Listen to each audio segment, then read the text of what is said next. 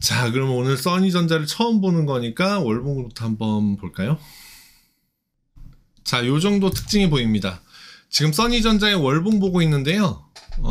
위로는 6,430원, 최근에도 6,430원 왔다 갔죠? 그리고 아래쪽으로는 지금 거의 바닥까지 왔나 싶은데 갑자기 붕 떴어요. 잠깐 뜬 것처럼 보이고 다시 이쪽으로 내려올 것으로 보입니다. 그러면 요 정도가 적정 매수가가 아닐까. 2,600원 정도. 근데 요 2,600원을 안 지킨다. 그러면 아주 오랫동안 아래쪽에 철옹성처럼 지키고 있는 선이 있어요. 1,600원에. 그래서 요 2,600원을 안 지키면 1,600원까지 내려올 거는 뻔히 보인다. 요렇게 봤을 때 매매 방법이 나오겠죠. 네, 매매 방법이 나오는 것 같습니다. 월봉상에 이런 특징이 보인다는 얘기는 얘가 갑자기 벗어나가지고 몇만 원씩 가고 그런 일은 잘 없을 것으로 보이고, 여기 앞에 보세요. 엄청나게 긴 양봉, 엄청나게 긴 음봉 보이죠? 그게 한 번 보이나요? 아니죠? 곳곳에서 보입니다. 그죠? 여기도 보이고 여기도 보이고. 이런 특징이 있더라. 이번에 어땠나? 예, 이런 특징이 보이더라. 결코 쉽게 올라가기는 쉽지 않은 종목이다. 하지만 바닥을 잡으면 언젠가는 또 이렇게 급하게 튀어 올라가는 때가 있을 것이다. 뭐 그 정도는 예상할 수 있겠죠. 어쨌건 역사적으로 볼 때 2012년도부터 지금까지 계속 요 사이를 왔다 갔다 했습니다. 박스. 근데 그 박스를 2018년 이후에 혹시 바닥을 조금씩 이렇게 높여주고 있는 거 아닐까? 이거는 그냥 추측, 예상. 왜냐하면 접점이 여기랑 달랑 두 개예요. 저는 이런 게 보이면 그냥 습관적으로 선을 그어 놓아요. 그리고 맞는지 틀리는지 여기에서 검증을 합니다. 맞다! 그럼 다음번에 여기서 매매하면 됩니다. 틀리다! 그럼 이걸 지워버려야 되겠죠? 예, 그런 식으로 하면 되는데, 어쨌건 이런 관점에서 봤을 때 지금은 이렇게 올라갔다가 뚝 떨어지고 잠깐 반등하고 뚝 떨어져 버릴 그런 모양이다. 근데 떨어지다가 여기를 지지받을지 아니면 여기까지 내려올지 그거는 모르겠다. 어쨌건 지금은 여기 닫고 내려온 거기 때문에 관심을 가급적이면 안 갖는 게 좋겠다. 월봉상에서는 그런 상황입니다. 주봉 볼게요. 역사적으로 계속해서 우상향이나 뭐 우하향 하지 않고 옆으로 횡보하는 주식이기 때문에 요렇게 반짝하는 모습이 종종 나와요. 그리고 반짝했을 때 얘는 이렇게 상승을 하면 와, 이거 뭐 조만간에 뭐 10,000원도 찍고 20,000원도 찍겠는데, 이런 생각 하지 마시고 여기가 고점이다 싶을 때, 그동안은 고점이 어딘지 몰랐겠지만 월봉을 보니 고점이 어딘지 보였죠. 고점이다 싶을 때 빠져나오는 것이 가장 좋은 매매법이겠구나 하는 그런 종목으로 보입니다. 어찌됐건 지금 월봉상의 흐름을 보니 주봉상도 심상치 않구나. 고점을 조금 높여준 건 좋은데 저점이 낮아지고 있는 건 나쁘고요. 그죠? 그리고 뚝 떨어졌다가 지난주에 급하게 회복을 해줬어요. 하지만 제가 늘 강조하는 거, 주가는 파동이다. 떨어질 때 일직선으로 떨어지나요? 아니죠. 올라갈 때 일직선으로 올라가나요? 아닙니다. 쑥 올라갔다가 얘는 일직선으로 올라갔네요. 올라갔다가 일직선으로 뚝 떨어지고 다시 회복을 하고 있지만, 이 회복이 끝나면 다시 떨어지겠구나. 이렇게 강하게 튀어 올라가고 강하게 이렇게 제자리로 내려와 버렸어요. 이렇게 상반된 두 개의 신호가 나왔을 때는 어느 쪽을 따라야 되느냐? 마지막 거. 이거를 생각을 하면, 만약에 이렇게 올라가는 걸 생각을 하면 이렇게 떨어지다가 중간쯤에서 멈추고 이렇게 올라가겠구나. 주가는 파동이니까. 이렇게 생각하기 쉽잖아요. 근데 요런 생각으로, 요런 시나리오로 생각을 하고 있었는데 요 구간이 없이 그냥 이렇게 깨고 내려가거든요. 그러면 이건 가짜고 이게 진짜겠구나 하고 생각하는 게 맞다는 얘기입니다. 그러면 잠깐 반등을 했을 때 사야 된다, 아니다? 아니다. 다시 이렇게 떨어질 것으로 생각을 하셔야 된다는 얘기입니다. 차트로 돌아가면 지금 어떻게 되고 있죠? 마지막에 이렇게 올라갔다가 이렇게 떨어져 버렸죠. 제자리로 돌아와 버렸습니다. 이렇게, 그죠?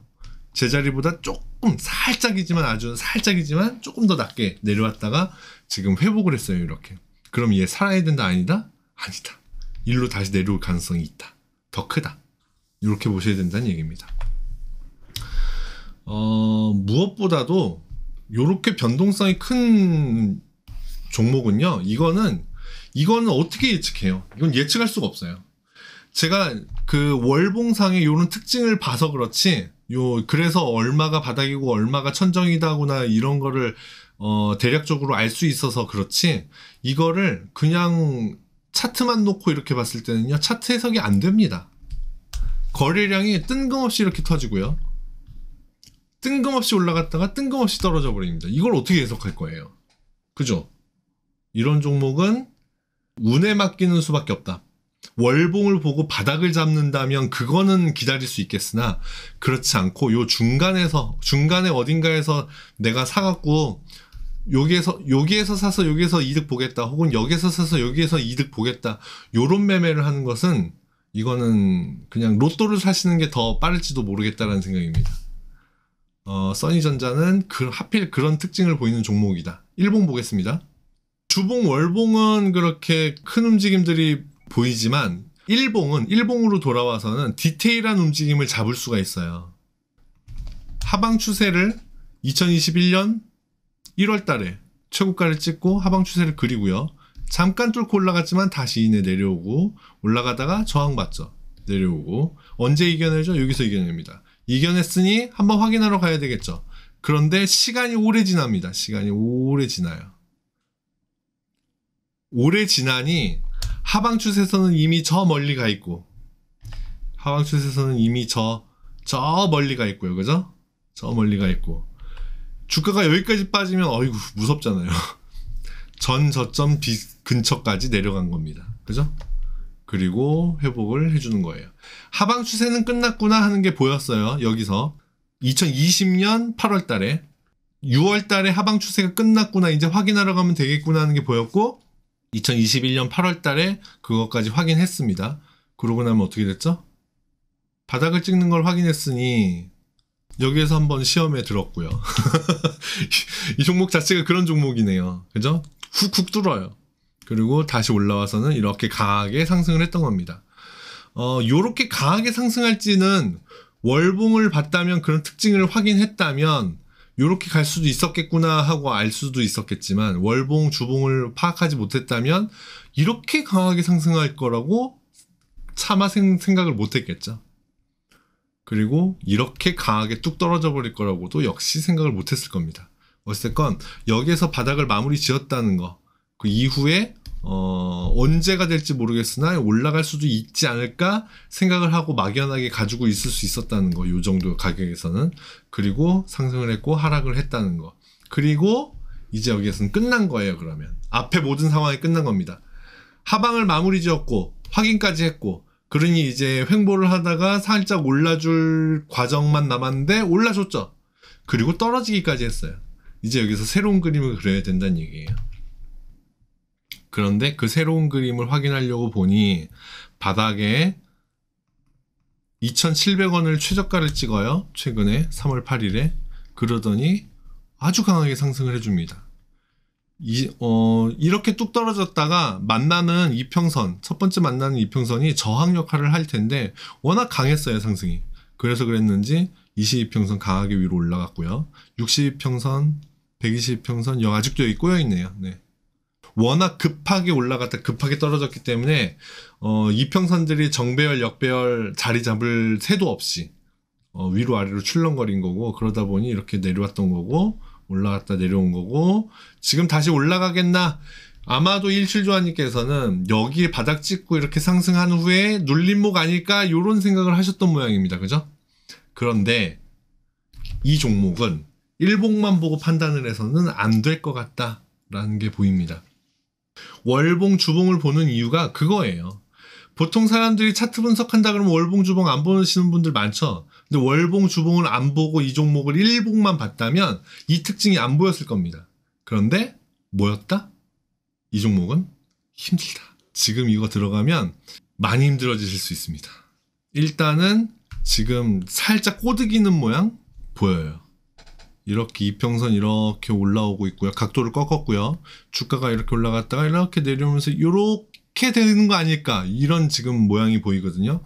그러면 다시 요렇게 이평선 22평선 이렇게 올라오고 있고, 주가가 이렇게 회복을 하고 이렇게 내려왔다가 이렇게 돼가고 있는데, 여기서 조금 흐지부지 하다가 여기를 만나면 이렇게 상승하지 않을까, 이렇게 기대를 하고 여기서 산다면 될 수도 있겠죠. 그런데 예전처럼 이렇게 강하게 튀어 올라가는 거, 요거는 쉽게 나오기 어렵고요. 조금씩 스물스물 요 정도 맥시멈 상황이 바뀐다면. 무슨 얘기냐, 주봉 월봉을 보면 얘가 들쑥날쑥 하는 게 보이는데 일봉은 그렇지 않죠. 그래서 마지막에 나온 요 빠진 요게 추세였다면, 요게 주 추세라면, 그러면 이렇게 회복을 해서 떨어진 거의 절반 정도, 요 정도는 회복할 수 있잖아. 그죠? 그렇게 제가 늘 그 그림 그릴 때 화가처럼 그림을 그리잖아요. 요렇게 그리잖아요. 그러면 요렇게 강하게 하락을 했다면, 그 허리만큼 회복을 했다가 다시 빠지고, 그 허리만큼 혹은 허리보다 조금 낮은 자리 회복을 했다가 이렇게 빠지고, 이런 모습을 기대할 수 있잖아요.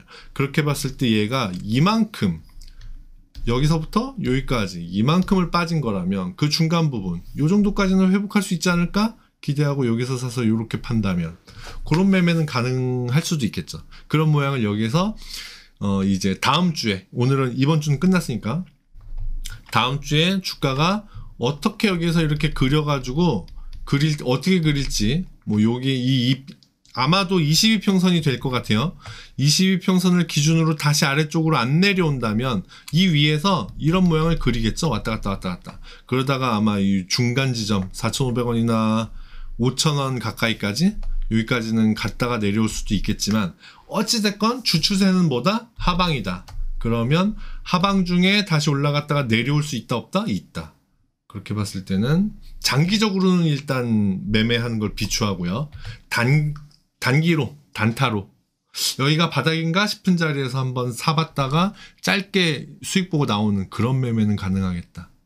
아마도 여기 3,340원, 이평선이 3,300원 정도 가까이쯤 갔을 때 주가가 거기에서 안 빠지고 여기를 버텨주고 있다면 거기에서는 한번 사볼 법해요. 그런데 그 이외에는 위험한 종목이다.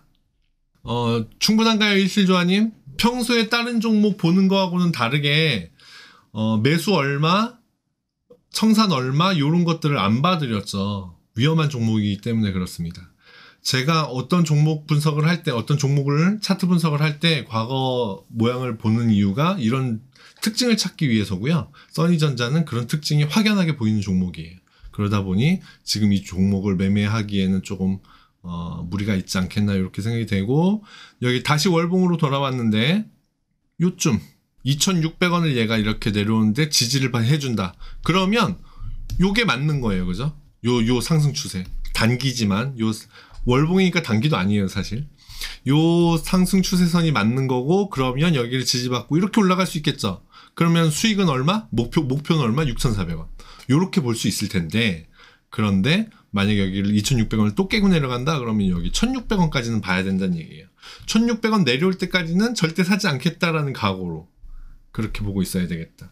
그리고 간격 한번 보세요. 요렇게 주요하게 움직이는 간격 어떻죠?